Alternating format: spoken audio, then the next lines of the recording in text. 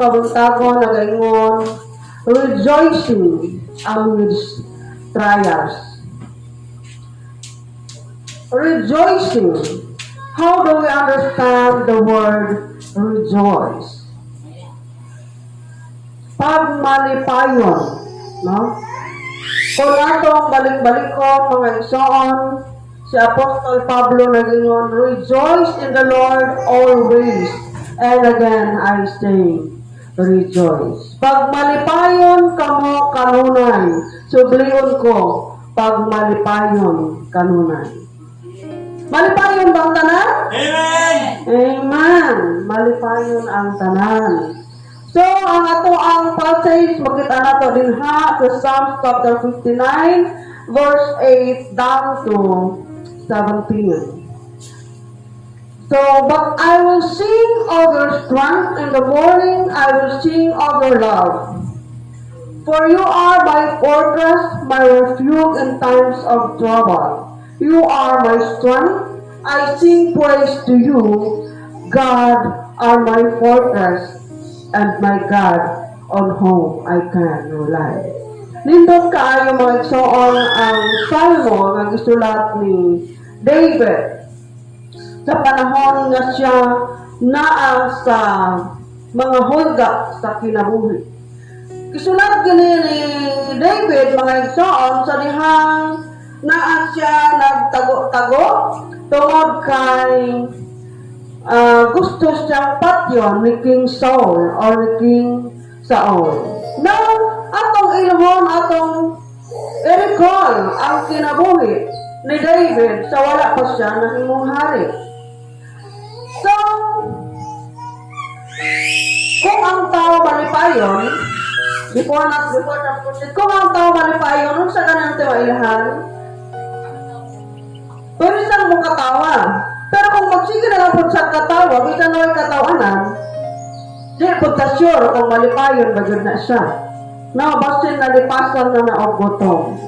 Pero tamahingan may soon kung tao malipayon, mukanta.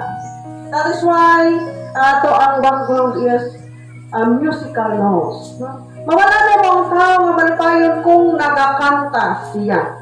Ganaingon, as a child that sing is a happy child. Ang bata nga nagakanta, usas na kabata nga malipayon. Ang nagakanta-kanta ba? Malipayon na siya. So nagakanta ba tag malipayon ta? Kahit usahay gusto nag-uulta, makanta ang ginapon. No? So, ano sa mga iso na? Let's recall sa kinabuhi ni David. So, kabalatan, si David, kamanghuran, o siya ang nagabantay sa ilahang karnero. Usapod siya ka maayo nga naga-play of harp, musician. He is good in playing instrument or string instrument. And usa ka kumbaga ang pick sa character ni David is siya ang nakapatay or nisukol sa usa ka mandirigma nga Filistihanon nga mao si Goliath or si Goliath. Kamunsa ang mga nailahan nato. And then David nag-serve siya sa king, isip nag-play siya of music, musician siya sa hari. And then nausawa niya ang anak sa hari o anak ni Saul. Usa ka pagsulay sa kinabuhi ni David sa dihang gusto siya patyon sa hari. For what reason? Unsa ang hinungdan? It is because of the jealousy of the king. Nasina ang hari tungod kay mas ilado, mas nailahan si David kaysa sa iyaha. Mas bukang bibig sa mga tao si David kaysa siya nga hari. And there was a time sa dihang giplanuhan niya nga patyon si David. mismo ang iyang anak ni hangyo sa iyahan. Nga, kumbaga gisultihan niya kung remind niya ang iyang amahan, giparemind ni Jonathan ang iyang amahan nga si Saul, nga si David usa ka maayong tao, usa ka maayong higala, dili masawan. Niya siya nga dili siya patyon sa hari. O sa kato ka lang nga statement, nisabot ang kasuko sa hari. Kaya mismo ang iyang anak dili kampi sa iyahan. Mas nikampi siya sa iyang ikalabutan. So that is why gusto siyang patyon. There was one time sa dihang nag-play si David of musical instrument dito sa trono sa hari, gikuanan siya og bangkaw. O kung ang ninungdan nga nilayas o nihawa si David sa palasyo. Nisibat si David og niulit sa iyang panimalay, gipasundan pagod siya sa hari dito, gipabantayan, kay once magawas siya, patyon yun si David. But then, atong makitaan, mga igsoon, atong basahon ang Psalm 59 verse 14 to 15. At the evening they return, they grow like a dog, and go all around the city. They wander up and down for food, and howl if they are not satisfied.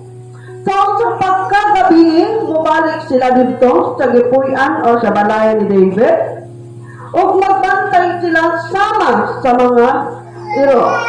No? Mamalik matagabi, mag-uwang sama sa mga iro. Samtang magsuroy-suroy sa syudad. Maglibot-libot sila pangitag pagkaon sama sa iro o magmulot kung dili makakaplat sa igong pagkaon. So, gipakaingon ni David ang iyang kaugalingon nga siya usa ka kananon sa mga iro. Ingon anak, kadelikado ang iyahang kinabuhi. Kay once makita siya, sama na lang din siya sa usa ka piece of meat nga ilugan sa mga iro. Ingon ana ang iyahang kahintang. So, paano ka mag-rejoice, no? Each of us have our trials. The trials of ours, mga igsoon. Of course, there is jealousy. It is not because we are the one that is jealous, pero kita ang gikasinahan. Nahitabo ang mga igsoon sa ministry, sa pamilya, sa komunidad, o bisan asa na agyod ang kasina. Daily crisis, mga pang-adlaw-adlaw na struggles sa kinabuhi. Financial needs, relationships, belong sa ato ang daily crisis. Spiritual struggle, mga pagsulay sa ato ang kinabuhi, sa ato ang spiritual na kinaiya. Paano ba yung spiritual struggle? Mawad ang natangga na mo simba, dili na to gusto makitaan si kuan, kita mo atong simbahan. Emotional struggle, mo siya magsuon ang pinakabugat. Kapag nag-struggle tayo, emotionally affected tanan. Bisan wa kay sakit, mahimong naa kay sakit. Mahimo kang masakiton. No? Emotional struggle. And sometimes, diha sa ato ang struggle, naluyatan, we fail to praise and worship our Lord. We fail to come to church. And that's why we fail to rejoice because we are too focused on our trials, on the struggles, on the crisis that we have. So, atong tema, rejoicing amidst trials. Paano ba tayo mag-rejoice? How can you rejoice? How David rejoices amidst his trials? Paano siya nagalipayon, luyo sa mga pagsulay, luyo sa danger nga iyang giatubang? Una, Una, David has strong confidence in God. David strong confidence in God. Doon siya inalig-on nga pagtuo, pagsalig sa Ginoo. Atong basahon ang verse 8 down to 10. But you, O Lord, shall laugh at them. You shall have all the nations in derision. I will wait for you, O you, his strength. For God is my defense. My God of mercy shall come to meet me. God shall let me see my desire on my enemies. So si David nagod siya ilig-on nga relationship. Nagtungkod siya nga ang Ginoo iyahang kakampi. Kung atong basahon sa Binisaya, mga igsoon, verse 8 down to 10, apan katawan mo sila o Ginoo, biay-biayon mo ang tanang kanasuran. Misalig ako sa imong gahom o ikaw ang akong dalangpanan o Diyos. Ang akong Diyos nga nahigugma kanako, muanhi kanako, o pakit-on niya ako nga mabuntog ang akong mga kaaway. David knows that God will fight for him. Nagkabalo siya sa iyang kaugalingon nga wala sa gihimo nga dautan. And David also knows it's not me, it's not my battle. The Lord will fight it for me. Kung ingon-ana nga ito ang mindset mga igsoon, bisan unsa nga pagsulay mo abot sa atong kinabuhi. Unsa nga mga kalisod na sa atong atubangan, makapadayon gihapon ta. Magmalipayon gihapon ta because we know na dili ni ato ang battle. Dili ni ato ang fight. God will fight for us. We know that the Lord who are serving is able to save us from any circumstances. Ingon ana mga igsoon. Na strong confidence pero kapag dili strong ang ato ang connection, dili kayo lig-on ang ato ang pagsalig, what will happen? Mawad ang kaugana. Magmukmuk na lang ta. Lisod kaayo magmalipayon. No, lisod kaayo, pilion ang magmalipayon. Tungod ka nawad-an naman ta paglaong. Ikaduha, anong meron si David? David asked that his enemies be defeated to bring God glory. Gusto ni David na iyang mga kaaway mabuntog, dili para sa iyang kaugalingon nga kahimayan, dili aron nga malipay siya, dili aron nga mag-celebrate si David, kundi gusto niya nga mahimaya ang Diyos. Verse 11 to 13. Do not slay them, lest my people forget. Scatter them by your power and bring them down, O Lord, our shield. Wala gihandom ni David nga dunay mahitabong na utang o mabuntog ang iyang mga kaaway para sa iyang kaugalingon. Kundi gusto niya nga sa ilahang kapildihon mahimaya ang Ginoo. Sa ilahang kapildihon, they will realize that it was the Lord who is fighting, not David. It was the Lord nga ilahang gikontra o dili lang si David. Verse 11. Verse 12. For the sin of their mouth and the words of their lips, let them even be taken in their pride, and for the cursing and lying which they speak. Kini mga igsoon, kabalo ko, dili lang si David ang naka-experience, even us. Ang sala nga nasa ilang ngabil o dautan nga ilang mga pulong, mabitik unta sila sa ilang garbo, tungod kay nanunglo o namakas sila. Some people, they are creating their own reality. They are creating their own story kung asa sila ang bida. O ikaw nga wa ka gihimong dautan, ikaw nga nagbuhat sa kung unsay maayo o tama, ikaw ang mahimong kontrabida. Kung magpadala ka niya na mga igsoon, kung mo-focus ka niya na, ang hirap maging masaya. It's hard to rejoice. It's hard to move forward. Kaya una-una ni mo, unsan lang ang ikasulti sa mga tao na kadumog ni Adto. Unsan na lang ang ikasulti sa mga tao na ilangang istoryahan. Inisip mong nasira ang iyong reputasyon, nasira ang iyong pangalan. Wala ka ng mukhang iharap sa mga tao.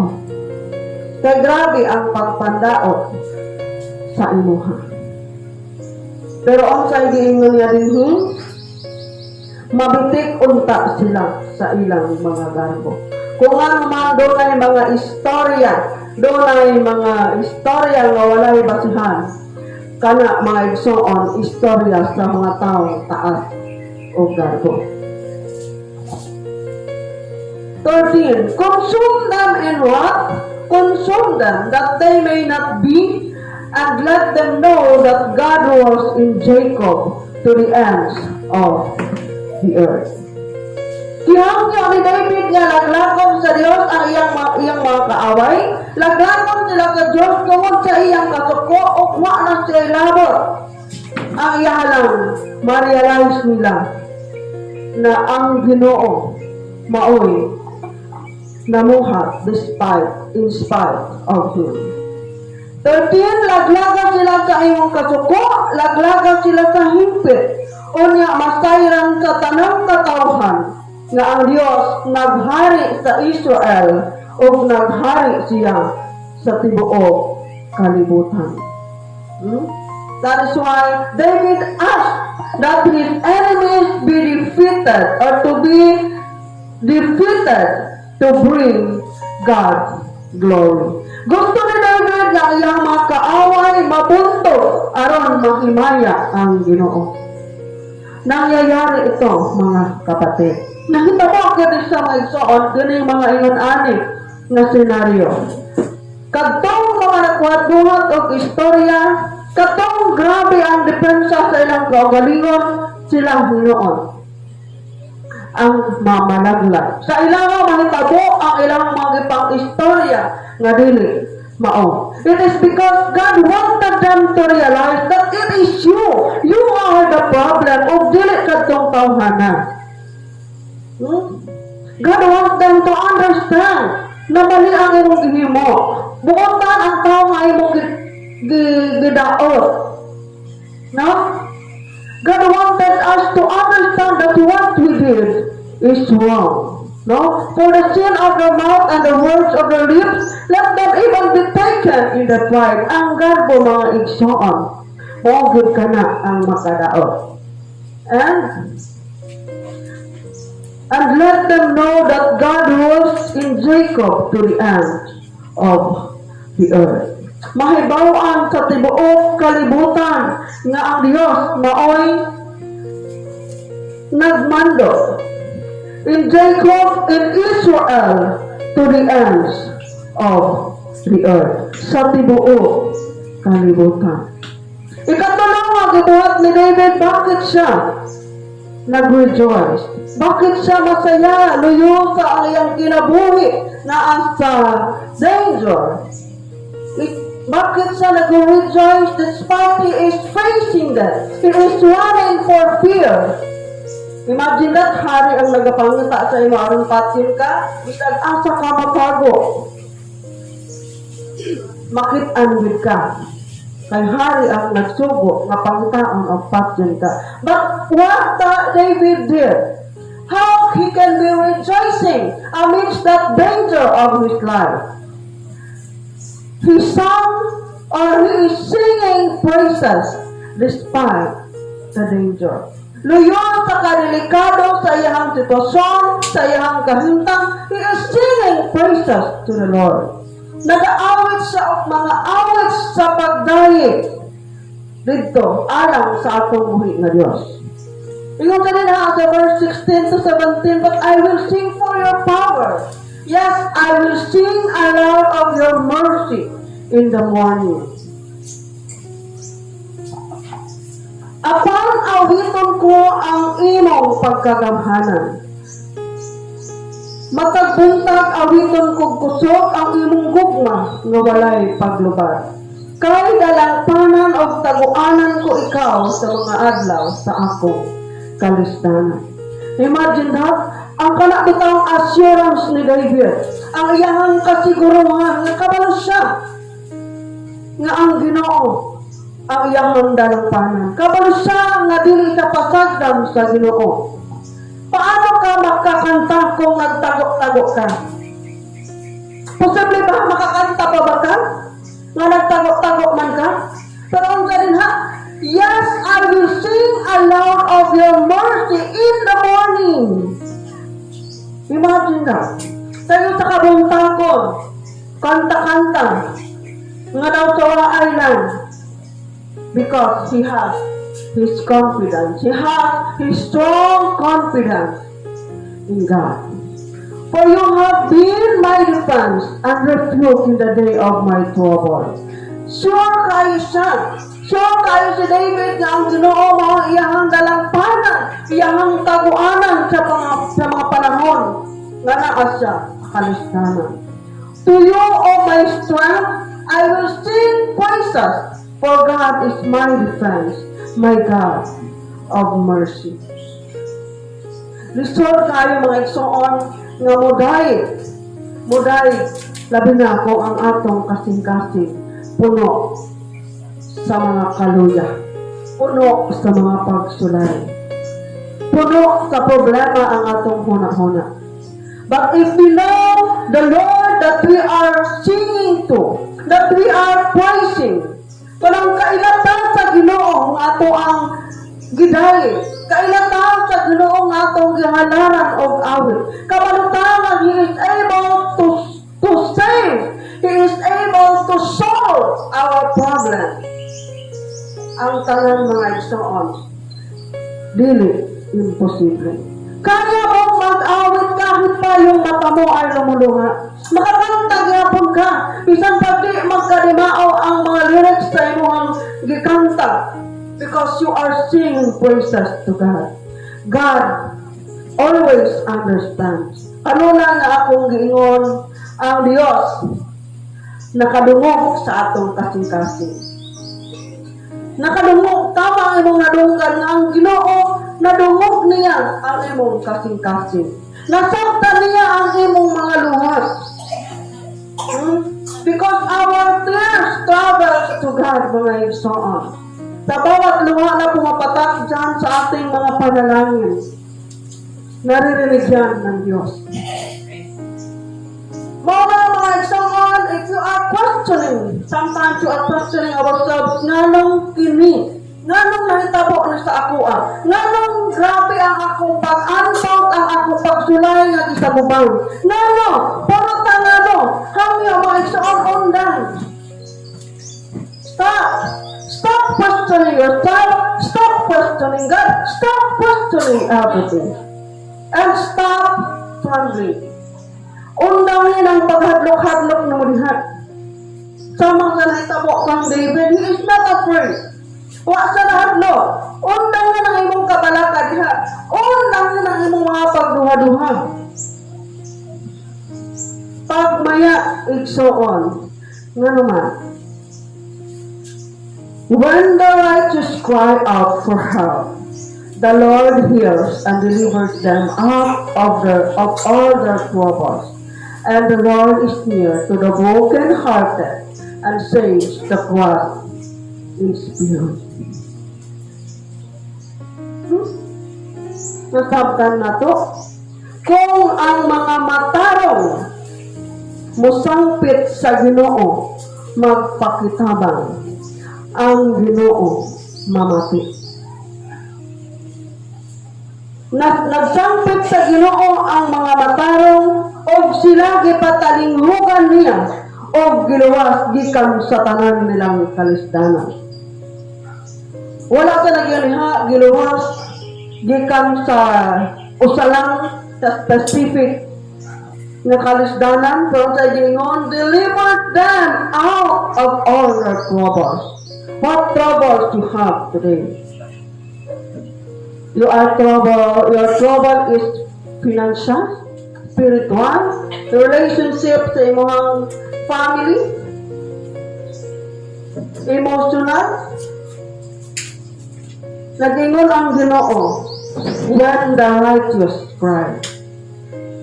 Kung ang matarong magsangpit sa Ginoo, mamati o mutubag siya. Sometimes, it is not the prayer ang sayo. Because you are just telling the Lord what you want. But it is our heart. Ang atong kasing-kasing. The Lord is near to the broken-hearted and saves the crushed in spirit. Doon ang Ginoo sa samdan o kasing-kasing o luwason niya ang nakabsan na sa tanang paglaong. Remember, no? Wala nagingon ang pulong sa Dios nga ang Ginoo doon sa mga malipayon. Wala nagingon ang pulong sa Dios nga ang Ginoo doon sa mga haruhay o kahintang, sa mga sure ang mga paglaom.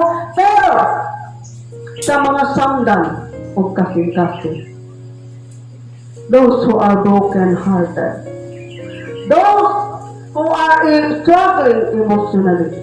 And that is why mga igsoon sa mga panahon nga naatan sa grabing pagsulay, ayaw undanga ang pagdahig sa atong buhi nga Dios. Ayaw undanga ang pag-awit o mga awit sa pagdahig sa atong buhi nga Dios. Ayaw undanga ang imuhang pagsimba. Kaysa ingon anak nga pamaagi, makapamuhat ang Ginoo sa imo kinabuhi. Bisan pag mawaan ka paglaom, hinumdumin ang pulong sa Diyos. Luwason niya ang nakabsan sa tanang paglaom. Nawaan na yung tanang paglaom. Wa na yung kay paglaom. Hinumdumin. Doon ang Ginoo kanimo. So whatever you are struggling today, whatever is your trials you are facing, whatever trouble you have today, now is the time na ato ka ng itugyan sa Ginoo. Remember, unang-una, kailangan na atay strong confidence with God. Ikaduha, we should ask that our enemies be defeated not for our own glory, but for God's glory. Ikaduha, we should sing praises to the Lord despite danger.